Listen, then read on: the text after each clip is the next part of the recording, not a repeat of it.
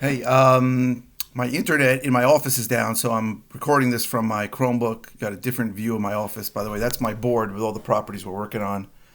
They move through the system, which is what I do through my RE Simply. I have the thing over there, but our next virtual meeting, we had one yesterday, is on Thursday, June 25th. We had a good speaker yesterday's meeting about short sales. We're going to try and get another speaker at the next meeting. The topic for also, if you like these videos, please click like below. If you haven't subscribed, please subscribe and share, comment. This is by request. Pretty much, I'm doing everything by request now. So if you have any requests for videos, I'll be happy to do one for you. I got a request. Sorry, I got a request that what would I do if I had to start all over? So this comes up a lot, and I absolutely have an answer to this, and it's the same answer I give to all the people who want to start. I would buy. You need about $1,000 to $1,500 to do this. So I would do whatever I could to generate that kind of money, whatever I had to do. Drive Uber. This is a gig world. Deliver for Postmates, whatever it is. You can do that today, I think, pretty easily. Generate about $1,000, $1,500, and then I would buy a list, probably from Listability. Like I said, I've been doing some research lately and finding that their data is a little better. Go to Listability. Well, first I'd find an incredibly handsome and experienced person like myself and ask for their advice. But I would get a list from Listability.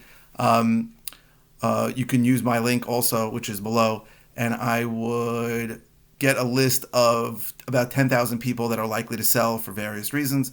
Either they own it a long time or they're all whatever. That's another thing. But I get a list. Then I'd skip trace the list, also using somebody really brilliant and smart that gets inexpensive skip trace data like myself. I'd skip trace the list, and then I would call it. Really, I'd set aside 2, 3, 4 hours a day on my cell phone, and I would call these people. I would start with a Google sheet, and I would keep track of all the people that I called, and who I made contact with and what they said. And I would use my Google Calendar to inform me of when to follow up with them. Then, as I got if I got more money or if I closed a deal, I would invest in more lists, try to stack those lists and see the people that maybe have multiple pain points and maybe mail a small subset of that for people that had a lot of lists. I might use, if I wasn't licensed, I'd use PropStream, and you can get that discounted below. And I would maybe use their list automator to delve into those lists, and I would start investing more money into my business by maybe buying a texting service and texting those people on that list so that I can reach them in a different way. I might email them, and then if I got enough leads, I would invest in a CRM. So again, I use RE Simply. There's a link below, which is very helpful. You can text and call within there, and it's a great system. So those are the steps. I would need about $1,000. Get a list, skip trace the list. Right, the list will cost, let's say, $500. Skip tracing list will maybe be $800, and then I'd call and call and call, set appointments, go on the appointments. If I didn't know what the hell I'm doing, I might invest in a course. There's a course below you could see, which is on sale right now if you had a few $100s to do that. And I would. That's how I would start. That's exactly how I would start. And I wish I started that way a long time ago. Remember, I didn't start going direct to seller for a while. It took a long time. I was rehabbing everything when I started buying at auction. I wish that I had been starting a list of seller leads earlier, because the marketing works on momentum. The sooner you start, the more people you talk to, and then you may have to refresh that list every 6 months to a year.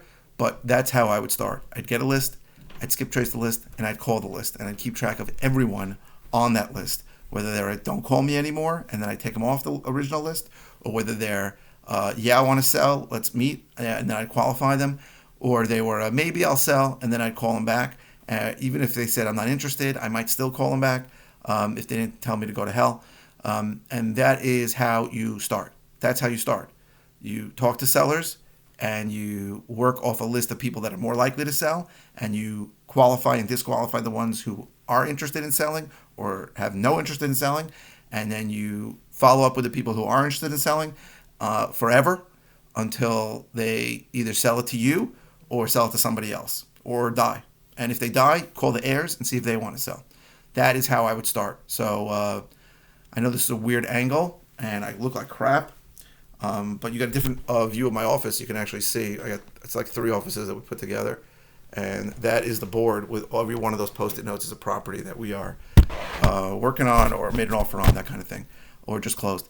So I hope this was interesting, and if anybody's looking to start, there are 7 ways I can help you, and you can check it out below. Go to howtoflipnewyork.com to get more information.